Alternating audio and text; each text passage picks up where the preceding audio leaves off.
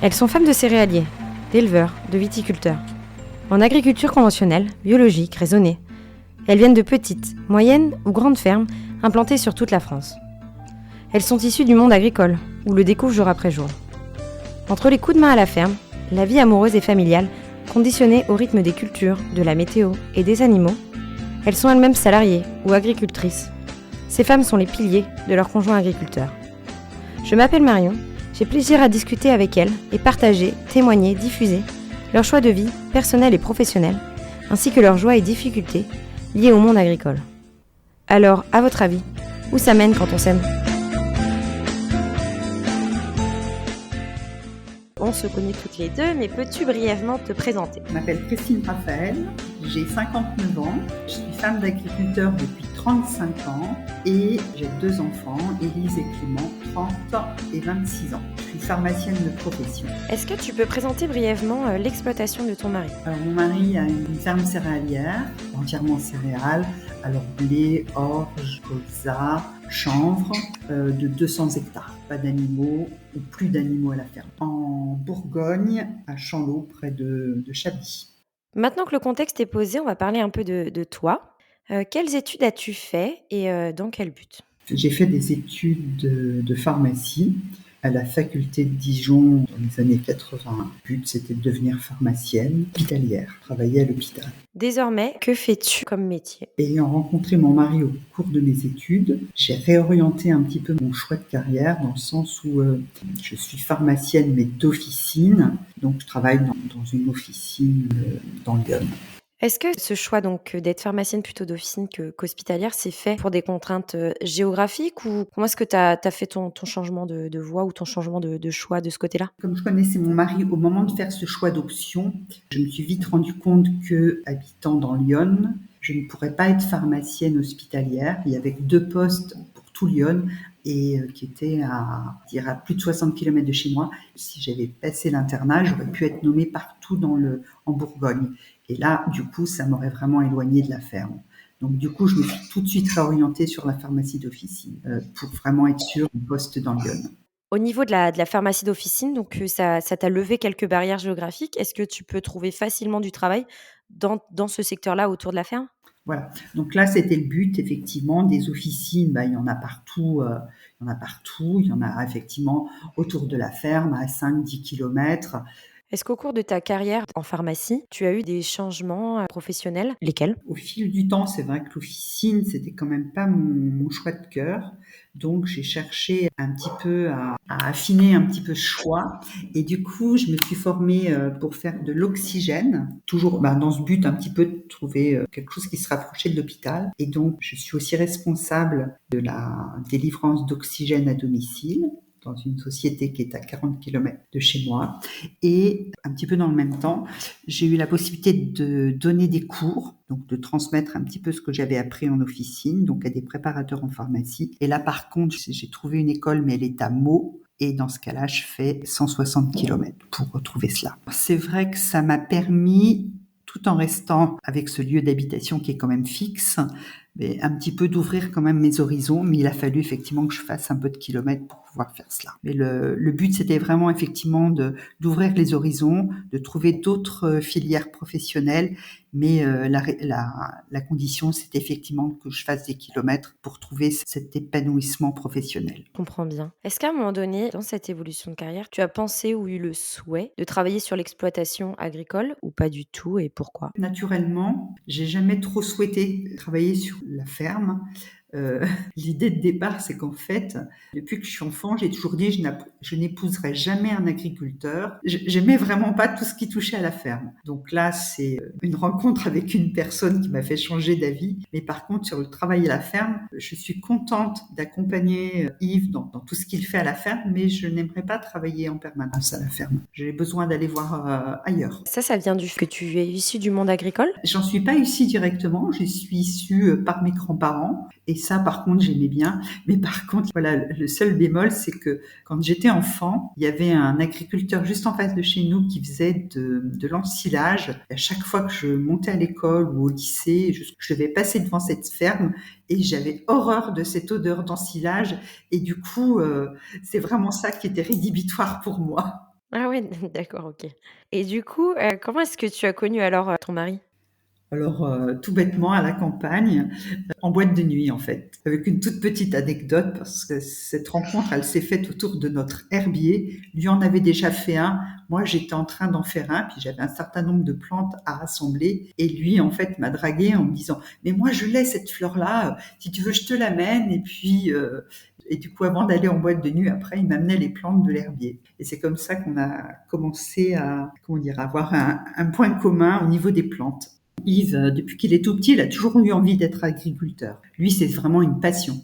Et quand on a quelqu'un de passionné en face de soi, il transmet sa passion. C'est à cela que j'ai adhéré en fait. Il est toujours passionné et voilà. En termes de profession, on est quand même assez proches. Moi, j'ai fait les plantes. Après, j'ai fait de la chimie. Lui en a fait aussi, puisque les produits pour traiter les plantes, c'est des bases chimiques comme les produits pour traiter les humains. Finalement, entre pharmacien et agriculteur, on a beaucoup de points communs. Est-ce qu'il t'a parlé, rapidement du fait d'habiter sur l'exploitation? Comment ça s'est fait et est-ce qu'à l'heure actuelle, tu habites, sur l'exploitation? Depuis combien de temps? Il n'a pas eu à en parler, c'était une évidence. Lui était déjà dans son projet de s'installer. Il travaillait déjà avec ses parents à l'époque. 6 mois après, de toute façon, il avait le projet de s'installer sur l'exploitation de ses parents. Donc du coup, c'était une évidence. Et en plus, ses parents avaient fait construire un pavillon juste en face de l'exploitation pour justement laisser à Yves le soin d'habiter la ferme et la maison de la ferme, ainsi que sa future compagne.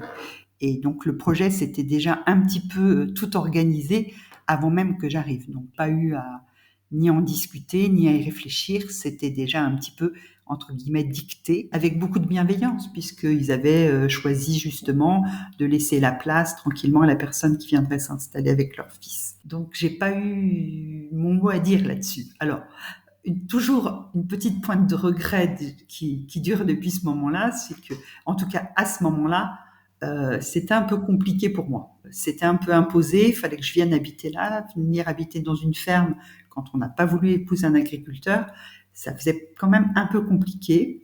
Mais petit à petit, avec beaucoup de bienveillance, ils m'ont dit, tu es chez toi maintenant, tu fais ce que tu veux avec la ferme, tu fais ce que tu veux, tu l'aménages comme tu veux. Et petit à petit, ça m'a un petit peu amadoué, on va dire. Et j'ai fait effectivement de cette ferme une vraie maison d'habitation, une maison que j'aime beaucoup, dans laquelle on se sent bien.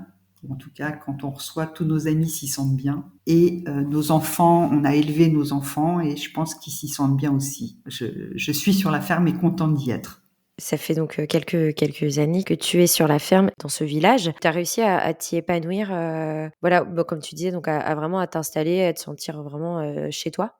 Oui, tout à fait. C'est un village dans lequel mon mari a toute sa famille, tous ses oncles et tantes, aussi bien paternels que maternels. Il avait ses grands-parents. D'ailleurs, quand on montait la rue principale, il en avait partout.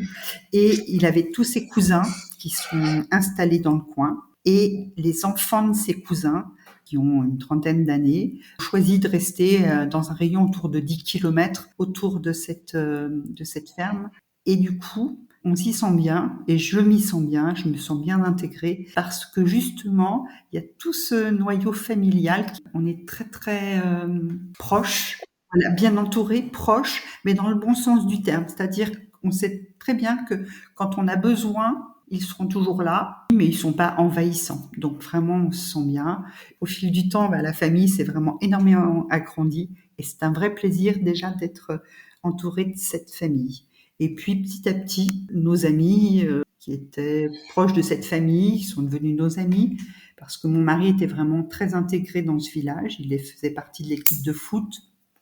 Et donc du coup, on a tous les amis qui faisaient partie de cette équipe de foot. Et puis petit à petit, avec les enfants, l'école, nous ayant fait rencontrer d'autres personnes, d'autres amis qui sont greffés petit à petit. On a beau être à la campagne, mais vraiment, on est très, très entouré de gens simples, de gens qui ont les mêmes valeurs que nous et avec lesquels on est très, très content d'être. Et tu parlais de tes enfants. Comment se passait quand ils étaient, à la maison, votre organisation, familiale? Je pense que quand ils étaient petits, jusqu'à ce qu'ils partent en études supérieures, c'est Yves qui était pas à la maison, mais qui étaient quand même proches de la maison, et moi qui en étais un petit peu plus éloignée. Et donc à partir de là, on a fait un partage des tâches familiales, des tâches pour aller chercher les enfants, emmener les enfants à l'école, très simple. J'étais en temps partiel, hein, je travaillais à peu près 25 heures par semaine. Donc du coup, je pouvais quand même gérer les enfants le mercredi, etc.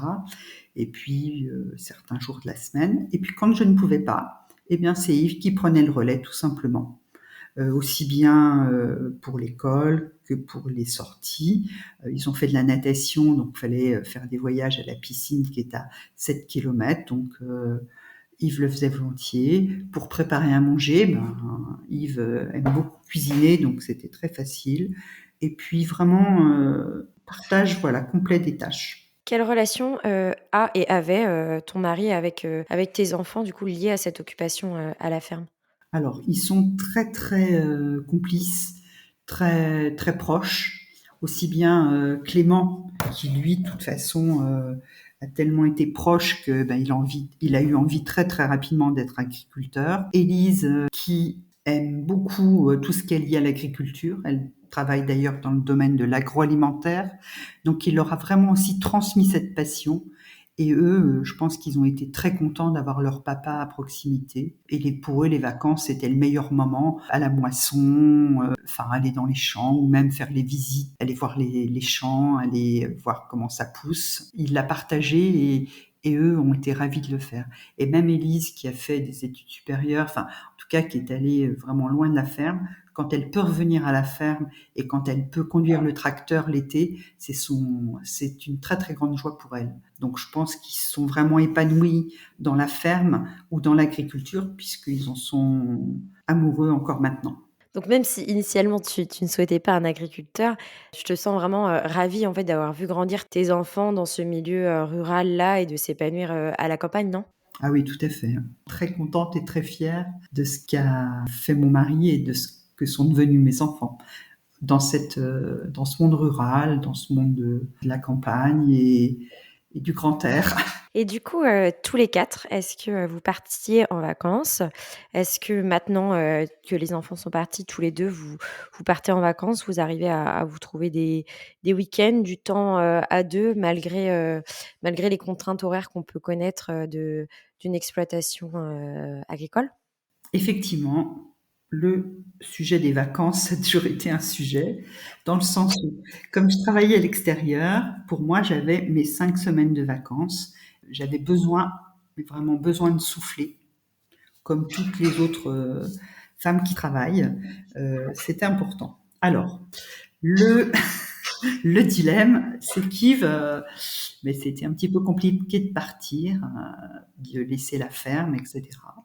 La chance que j'ai eue, c'est que ses grands-parents, qui étaient agriculteurs, partaient déjà un petit peu en vacances, que ses parents partaient une semaine par an en vacances, même en Europe.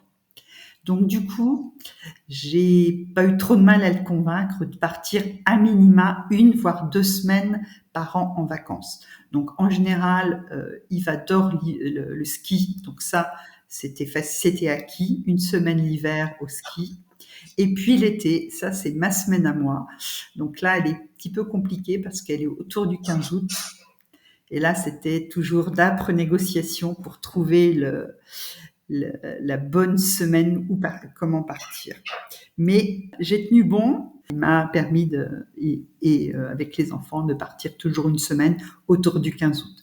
Donc soit avant, soit après, avant les semis de colza ou après les semis de colza et toujours voilà de partir 1 semaine. Alors on a voyagé en France principalement, puis après un petit peu en Europe, Espagne, Belgique, Pays-Bas, Autriche, Italie beaucoup.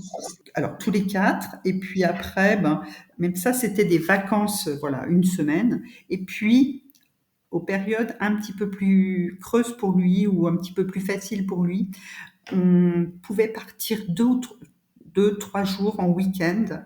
Et ça, on l'a fait souvent au printemps, à l'automne. Voilà, ça c'était plus facile à mettre en place au dernier moment. Bon, il nous a permis quand même de partir vraiment en vacances régulièrement et ça nous a permis d'ouvrir nos enfants à d'autres régions, à d'autres cultures que la nôtre. Et ça, je pense que c'est important. Et aussi de se retrouver tous les quatre dans un autre contexte que la ferme. Et ça, je pense que c'est quelque chose qui nous a, enfin pour moi, qui est essentiel. En tout cas, je souhaiterais bien le transmettre aux autres femmes. Ça, c'est important de pouvoir le mettre en place. Après, maintenant, nous sommes plus que tous les deux. Effectivement, on peut repartir un petit peu tous les deux. Et puis, je ne cache pas que quelquefois, quand c'est un petit peu trop compliqué pour Yves de pouvoir partir, eh bien, je prends l'initiative de partir seule pour quelques jours, pour pouvoir faire une petite pause aussi de mon côté en dehors de la ferme. Tu donnais presque un conseil là sur cet échange-là. Est-ce que tu penses à un ou plusieurs autres conseils que tu donnerais, à une femme d'agriculteur? Alors, c'est vrai que celui de pouvoir continuer de s'ouvrir aux autres, de s'ouvrir au reste du monde, de donner, comment dire, l'envie aux enfants de voir autre chose, pour moi, je pense que c'est essentiel. Alors, dans la vie d'une manière générale pour qui que ce soit, et peut-être encore plus dans le monde agricole, pour justement voir d'autres façons de vivre. Et ça, je pense que c'est une grande richesse à donner à nos enfants. Je pense qu'on a abordé pas mal de sujets. Depuis les dernières, entrevues, j'ai proposé donc à la dernière personne que j'ai interviewée de te poser une question. Je vais te laisser y répondre et après je te proposerai également de poser une question à la prochaine personne que j'interviewerai. Donc la question de Pauline de l'épisode précédent. Comment ça s'est passé tes premiers jours sur l'exploitation? Ah, ça remonte à il y a longtemps. Le premier souvenir qui me vient en mémoire, c'est qu'en fait, alors j'étais encore étudiante à l'époque, mon mari était installé, et le projet, c'est que mes beaux-parents allaient vivre dans leur maison, et j'ai demandé à avoir un placard pour pouvoir ranger tous mes cours, pour commencer la rentrée donc dans de bonnes dispositions. C'est la première petite place que j'ai demandé à occuper au sein de cette ferme, d'avoir un petit endroit où j'ai pu commencer à me poser, à mettre mes affaires. Et ça n'a pas été si facile que ça. Ma belle-mère tout de suite a dit, mais dans 6 mois, on sera parti, donc il y aura toute la place.